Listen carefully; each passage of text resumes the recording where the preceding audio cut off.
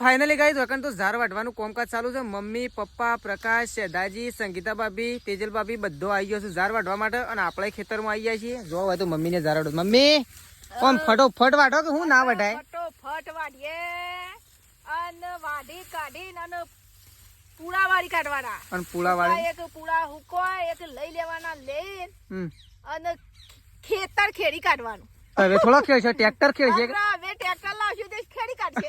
પણ મમ્મી ફટાફટ વાટો તો આને ખેડી નાખશો. પણ તે તો વાટતો જ નહીં મમ્મી. અમે તો જબર વાડીએ છે. જો વાટો અને પછી ઘઉં લાવીને અને પૂંછી કાઢો. પૂંછી કાઢો હઉ તો પહેરવા છે? ના ના પહેરવા પહેરવા નહીં પૂંખી નાખો. પૂંછી પણ કાઢવા. તે તો આટલા આવ્યો છે શાણ આ હેતર શાણ પડશે.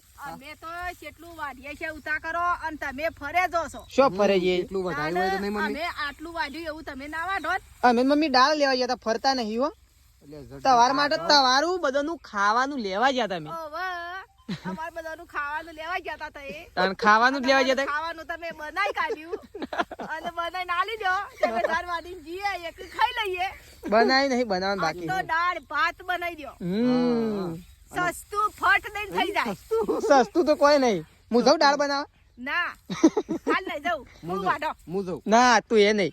તું તો વળી ચાલુ જ રાખતા આ તો ખાવાનું જ નહીં. તો ચલો આપણે ગાઈ દઉં વઢાવવા માટે જઈએ એટલે ફટોફટ વઢાઈ જાય.